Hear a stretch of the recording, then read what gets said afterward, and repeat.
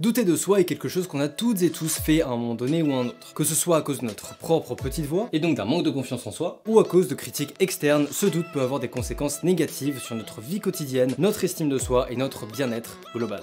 Et on sait bien qu'il ne faut pas douter de soi, on nous le répète, mais que ce soit des proches qui nous le disent ou qu'on l'entende par l'une de ces fameuses vidéos de motivation, les fameuses, on n'arrive pas à changer notre état d'esprit au niveau émotionnel. C'est pourquoi dans cette vidéo je vais vous donner 5 méthodes concrètes pour surpasser ce doute et cette remise en question excessive, afin de ne plus douter à chacune de vos décisions ou à chaque chose que vous dites.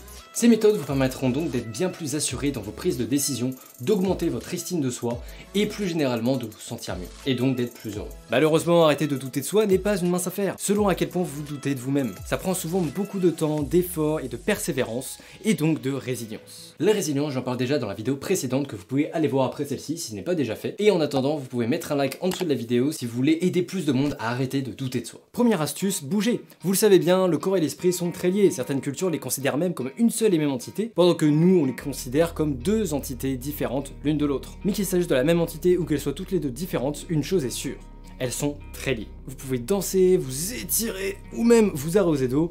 Pour les plus motivés, vous pouvez aussi aller faire du sport. Je me rends moi-même compte que je vais souvent mieux après avoir fait une bonne séance de sport. Même si de base je passe une très mauvaise journée et que j'étais pas du tout d'humeur à y aller. Même si c'est pas systématique, ça m'aide pas systématiquement, mais souvent faire du sport, après, je me sens quand même mieux. Et pas la peine de faire une grosse séance de 2 heures. Simplement aller se décourdir un peu les jambes pendant 20 minutes suffit. Vous pouvez aussi simplement sortir et marcher un peu. Même si vous le faites pendant 5 minutes, c'est toujours mieux que rien et ça fera une différence. Surtout le fait de sortir et de ne pas rester enfermé, l'esprit, ça, il l'adore, il en raffole. C'est bien mieux pour la santé physique et mentale. Mais que faire si c'est plus profond que ça, ou qu'il s'agit de critiques externes constantes, ou encore qu'il s'agit d'une personne autour de laquelle vous ressentez systématiquement de l'anxiété pour une raison ou pour une autre. C'est là qu'on en arrive à la deuxième astuce qui est de prendre des risques et d'accepter l'échec. Qu'est-ce que j'entends par là? Imaginons que vous êtes encore à l'école ou en études supérieures et que vous devez souvent faire des présentations en classe. Ça vous stresse, vous n'aimez vraiment pas ça et à chaque fois juste avant d'arriver devant tout le monde et de commencer à parler, vous ressentez une anxiété et un stress intense. Donc dès que possible, vous évitez ou vous fuyez les passages à l'oral comme la peste et vous ne passez que si c'est vraiment obligatoire. C'est une stratégie contre-productive car fuir et éviter une situation qu'on redoute rend la situation encore pire car du coup ça envoie le message à notre cerveau qu'il a raison de craindre la situation car on la fuit. Donc c'est bien qu'il y a une raison, n'est-ce pas? Ou c'est comme si vous aviez failli vous noyer à la piscine. Vous fuyez maintenant l'eau comme si c'était votre kryptonite. Alors que la meilleure chose à faire, au contraire, serait de retourner vous baigner dès le lendemain pour dédramatiser le fait d'aller se baigner. En fuyant une situation, on renforce notre peur de celle-ci et on conforte nos pensées et nos insécurités qui se disent « Yes, j'avais raison, tu vois, tu fuis, donc c'est bien qu'il y avait un danger ». Ça inclut aussi de sortir de sa zone de confort et d'expérimenter de nouvelles choses. À titre personnel, mes mantras dans la vie sont les suivants. Flexibilité, autonomie et expérience. Le dernier signifie que si j'hésite à faire quelque chose de nouveau et que je n'ai aucun moyen objectif de savoir si ce sera bien ou pas, bah si j'ai pas d'autres priorités, j'y vais et je vois ce qui se passe. Et la plupart du temps, ce sont des expériences génialissimes. Bien sûr, il y a des exceptions, rien n'est parfait et tout ne peut pas toujours être cool. Mais en règle générale, je le regrette quand même rarement d'avoir expérimenté quelque chose de nouveau. Généralement, ça reste quand même une bonne expérience. Quant à l'échec, je vous propose de modifier la vision que vous en avez. Car à mon sens, le véritable échec n'existe pas vraiment. C'est dans ce cas-là plutôt un abandon. Je vous invite donc à vous inspirer directement de Nelson Mandela. Soit je gagne, soit j'apprends. En gardant cette mentalité, vous avancerez avec confiance et assurance dans tous les aspects de votre vie, car l'échec fait partie de l'apprentissage. Si je prends un exemple personnel, je suis actuellement en pleine écriture de mon tout premier passage de stand-up. Si je foire mon coup et que personne ne rit, est-ce que j'aurais échoué? Non. Mais est-ce que j'aurais appris au moins? Oui, mais pas que. J'aurais aussi réussi à avoir le courage de passer devant des inconnus pour faire des blagues et être allé jusqu'au bout. J'aurais réussi à prendre ça en compte et à ne pas me laisser démonter face à la possible absence de réaction du public, si jamais ça se passe comme ça. Plus concrètement, il y a peu, au moment où je tourne cette vidéo, j'ai participé à un concours d'éloquence et je n'ai pas été retenu. Est-ce que pour autant c'était un échec? Absolument pas. Car j'y ai beaucoup appris. J'ai fait mon passage avec une aisance insolente tellement j'étais à l'aise une fois sur scène, et j'ai aussi confirmé quelque chose que je croyais mais dont j'étais pas vraiment sûr encore à 100%, et qui est que je veux le refaire mais à un niveau professionnel et sur le long terme. Faire des spectacles c'est vraiment le truc que je kiffe. Le truc qui me fait vraiment kiffer, qui me fait vibrer, et que je veux faire au moins pour une bonne partie de ma vie sur le plan professionnel. Et c'est même sans doute la plus grande réussite que j'ai accomplie récemment dans ma vie, et c'est sans compter le nombre de personnes qui sont venues me féliciter à la fin. Et si ça suffit pas, et si vous acceptez tous les échecs en modifiant la vision que vous en avez, vous prenez des risques mais vous vous sentez toujours aussi mal par rapport à vous-même. Dans ce cas-ci, on passe à la troisième astuce qui consiste à se concentrer exclusivement sur ce que vous pouvez contrôler et donc à ne plus se préoccuper de ce qui ne dépend pas directement de vous. Concrètement, on fait quoi? Déjà, vous allez vous concentrer sur vos forces plutôt que sur vos faiblesses. Par exemple, imaginons, je suis une personne créative, bon c'est vraiment le cas, mais écoutez la suite, et j'aimerais poursuivre une carrière artistique en dessin.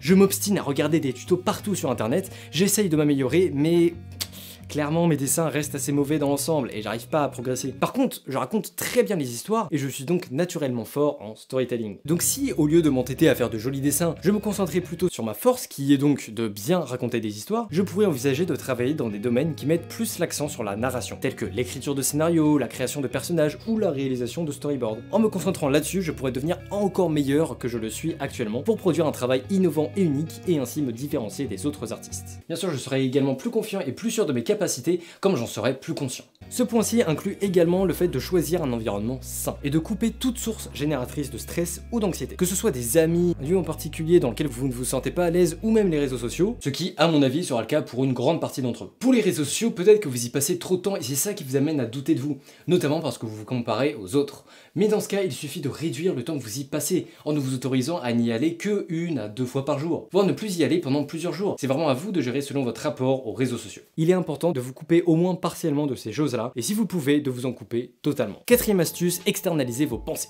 Qu'est-ce que j'entends par là? Eh bien, je parle du simple fait d'écrire ses pensées. Ça permet de les sortir de notre tête et de les voir sous un autre angle. En écrivant, il est possible de prendre du recul sur les pensées et les émotions négatives qu'on a, et de les examiner de manière plus objective. Ça vous permet aussi de bien intégrer le fait que vous n'êtes pas votre pensée. Ce point est tellement important que je vais le répéter. Vous n'êtes pas votre pensée. Votre pensée est une entité à part de vous. Quand vous concrétisez ça en l'écrivant sur un bout de papier ou sur un fichier Word, vous matérialisez ce fait-là dans la vie réelle. Car vous l'écrivez et donc vous mettez de la distance avec elle puisque vous pouvez maintenant l'observer. Par exemple, si vous avez l'habitude de penser que vous n'êtes pas assez bon dans un domaine en particulier, vous pourriez écrire cette pensée et ensuite l'examiner plus attentivement. Qu'est-ce qui vous amène à penser ça? Est-ce basé sur des faits réels ou simplement sur des suppositions?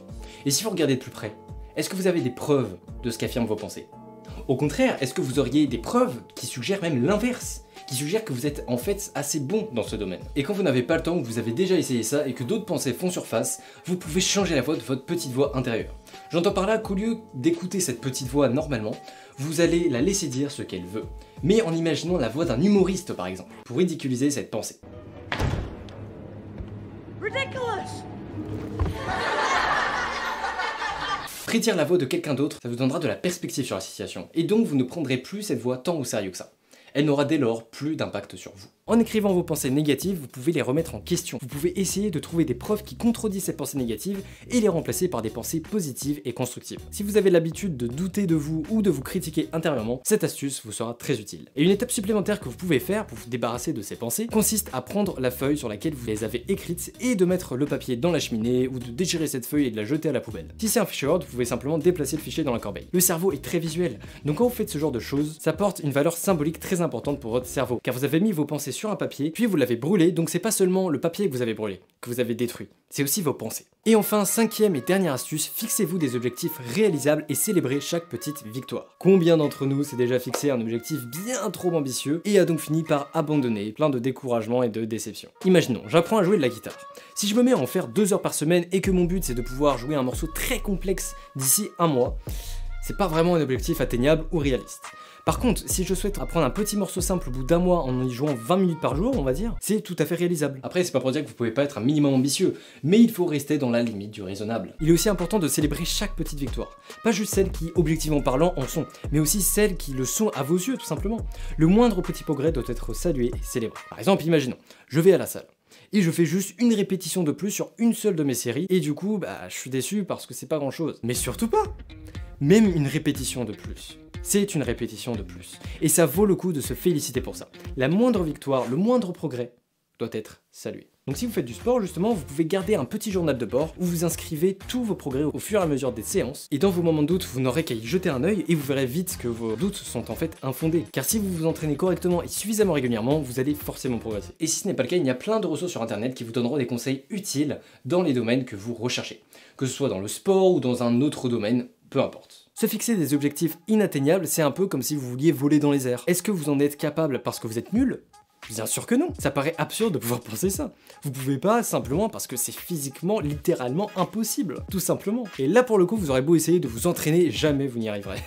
À voler tout seul sans utiliser d'avion ou un autre engin du genre. Et le fait de célébrer chaque petite victoire, ça permet aussi de profiter et de prendre du plaisir. Non pas une fois le résultat atteint, mais également lors du processus pour atteindre cet objectif. Vous avouerez quand même bien que c'est vachement plus cool d'apprécier et faire du piano tous les jours, plutôt que de seulement kiffer le jour où vous ferez un concert. Et voilà, cette vidéo est terminée, j'espère qu'elle vous aura plu et surtout qu'elle vous aura été utile. Et si c'est le cas, vous pouvez mettre un like en dessous de la vidéo pour la rendre visible à un plus grand nombre et ainsi aider plus de gens. En attendant, moi je vous dis à samedi prochain à 18 h pour la prochaine vidéo. Ciao!